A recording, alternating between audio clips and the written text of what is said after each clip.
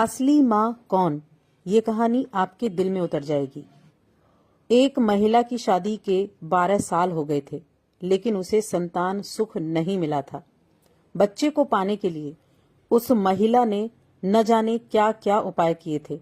डॉक्टरों के पास गई थी, बाबा भक्तों के पास गई थी, जिसने जिस मंदिर, जिस मस्जिद, गुरुद्वारा या चर्च में जाने के लिए कहा, उस हर जगह गई थी। जिस भगवान का नाम लेने के लिए कहा, उस भगवान का नाम लिया था, और जितने उपाय या उपवास करने के लिए कहे, सब किए। कहते हैं ना, अगर दिल से और तन मन धन से कोई चीज चाहो तो मिल ही जाती है। इस महिला को भी उसकी तपस्या का वरदान उसके बेटे के रूप में मिल ही गया। 12 सालों की दुख, दर्द और पीड़ा अपने बेटे का चेहरा देखते ही सुख, खुशी और संतुष्टि में बदल गया। लेकिन अभी शायद उसकी तपस्या बाकी थी। शायद भगवान को अभी उसकी और परीक्षा लेनी थी। जब उसका बच्चा 1 वर्ष का हुआ तो एक दूसरी महिला ने उसका बच्चा चुरा लिया।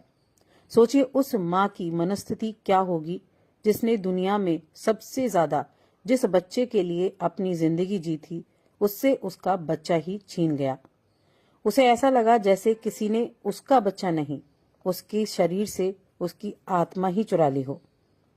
उस दिन से उस माँ का जैसे खाना, पीना, सोना सब छूट गया था। उसे न भूख लगती थी, न प्यास लगती, न नींद आती। हार मान जाए वह माँ कैसी।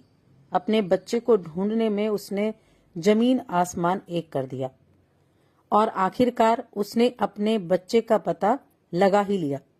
वह पहुंच गई उस चोर महिला के पास अपने बच्चे को वापस लेने के लिए। जब बच्चे की माँ ने उस चोर महिला से अपने बच्चे को वापस पाना चाहा, तो वह महिला ऐसे जताने लगी जैसे वह उसका खुद का बच्चा हो। जब बच्चे की माँ को लगा किसी भी तरह से बात बनती नजर नहीं आ रही है, तब वो इस मुद्दे को राजा के पास लेकर गई।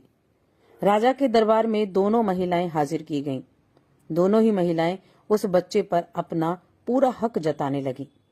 राजा और उसके दरबारी काफी आश्चर्यचकित और हैरान रह गए, क्योंकि बच्चे की सही माँ को पहचानने के लिए उन्होंने जितने भी सवाल बच्चे के बारे में दोनों ही महिलाओं से किए, जो उसकी आदतों, उसकी पसंद या उसके निशानों के बारे में थे, दोनों ही महिलाएं उसका सही सही जवाब दे रही थीं। जब इस समस्या का समाधान निकलता नजर नहीं आ रहा था, तो राजा ने अपने खास और सबसे समझदार मंत्री से इसका निराकरण करने के लिए कहा। मंत्री ने बिना 1 मिनट की देरी किए तुरंत राजा से कहा कि महाराज, मुझे लगता है कि ये दोनों ही इस बच्चे की माँ हैं। इन दोनों का ही उस बच्चे पर बराबर का हक है।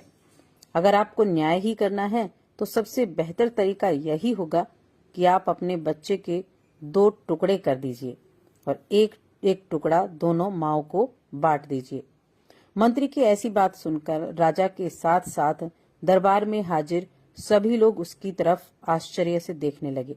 राजा ने सोचा कि मंत्री के ऐसी मूर्खतापूर्ण बातों के पीछे जरूर कोई रहस्य होगा।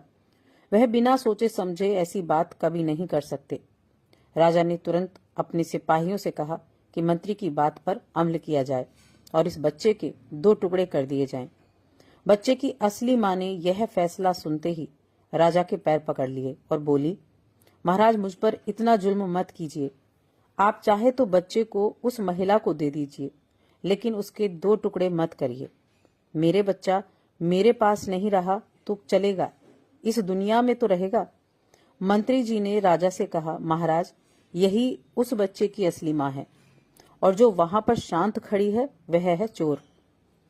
राजा ने तुरंत उस बच्चे को उसके असली माँ को सौंपने के लिए कहा और उस चोर महिला को फांसी की सजा सुनाई।